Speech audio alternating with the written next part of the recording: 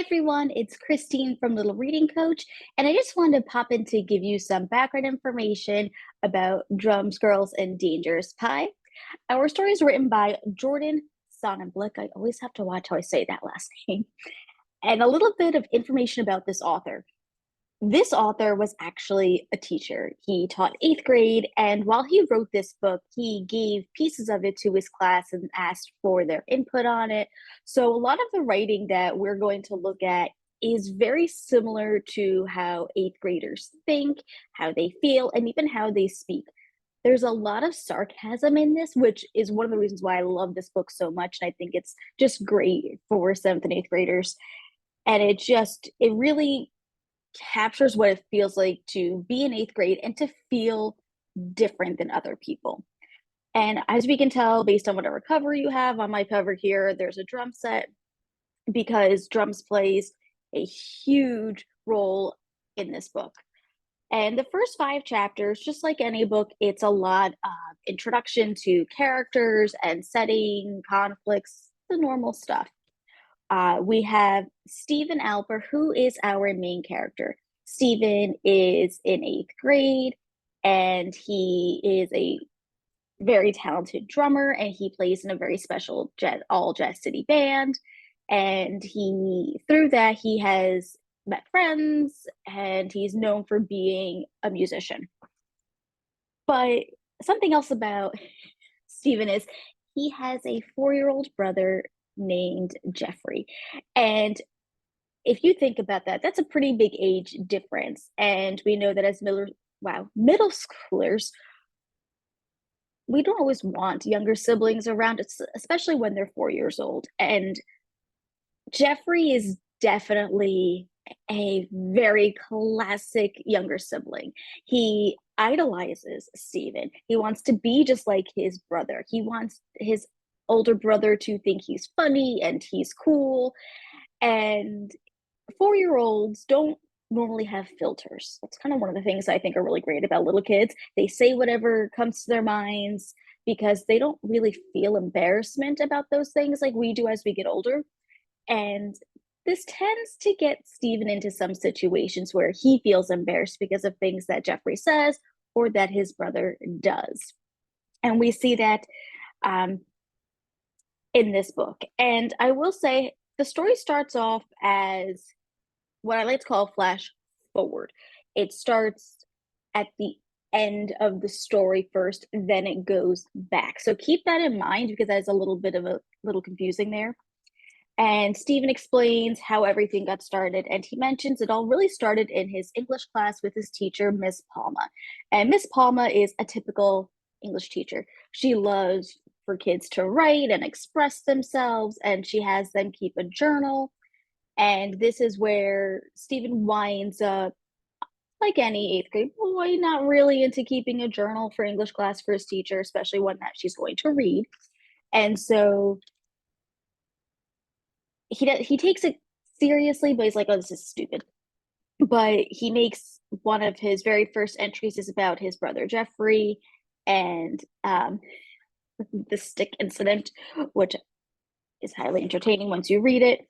And you will see if you just look at the pages too, you see there's a lot of all caps in the writing, and that's really how the author shows the dialogue is shouting and things like that. So pay attention to that in our reading. I just think it's kind of cool how the author does that. There are no quotation marks, so you just need to pay a little bit more attention to when things turn from just a regular paragraph to dialogue.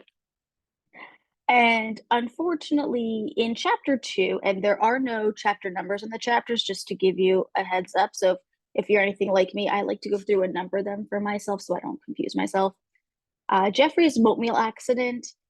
Jeffrey, unfortunately, he winds up falling off a chair, and Stephen gets blamed.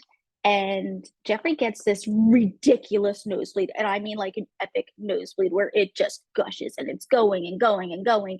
So their mom takes Jeffrey to the doctor, and Stephen feels awful all day. He's worried all day long. And then it turns out that unfortunately, Jeffrey is really sick.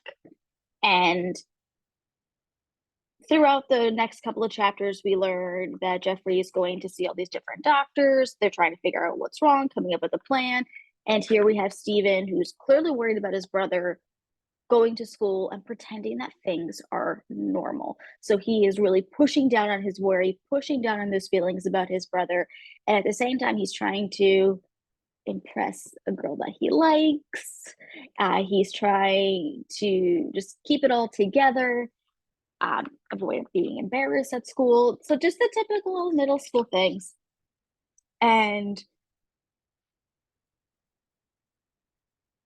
there's the chapters can be a little lengthy depending on which one we're looking at. But like I said, there's a lot of sarcasm in here. There's a lot of dialogue, a lot of all caps and things like that to give us more information about what's going on. So chapters do go pretty quickly. And because it is written from Stephen's point of view, it's really entertaining and it feels like you're talking to a friend, which I really like. And it's really so the first 5 chapters we learn about, unfortunately, um, something is wrong with Jeffrey. We're not really sure what's going on. We know he is truly sick. And because this is going to be a huge part of the book, I'm just going to say part of it. He is diagnosed with a certain kind of cancer, unfortunately. And the impact that this has on Stephen is mind blowing. And the way that he decides to approach this is to keep everything buried inside. He doesn't tell anyone. He just kind of holds it all together. And we see that in the very beginning of the book right away when he's worried about Jeffrey. And that continues throughout our story. I'm trying to think if there's anything else I would want to mention to you guys about this. That's pretty much about it for the first 5 chapters. A lot of it is getting to know the author's writing style because it is so unique. It's getting to know Stephen as a character because we are going to really bond with him throughout this novel. We learn more about the characterization of Jeffrey and the kind of 4-year-old that he is, things he likes, things he doesn't like. We also meet Mr. and Mrs. Alper, Stephen and Jeffrey's mom and dad, Miss Palma, the English teacher. So there are a couple of characters that do come up. Renee, who is Stephen's super crush. So we do get to meet some of these major characters that we will see throughout the novel. And our setting, it typical town. It takes place in a school. Nothing really crazy. It is set in what I like to think is present day, and pretty normal, typical middle school vibes. That's pretty much what I would say about this book. And the first 5 chapters, like I said, nice introduction to everything. We learn a little bit about the relationship between Stephen and Jeffrey and Stephen and pretty much everyone else in the novel.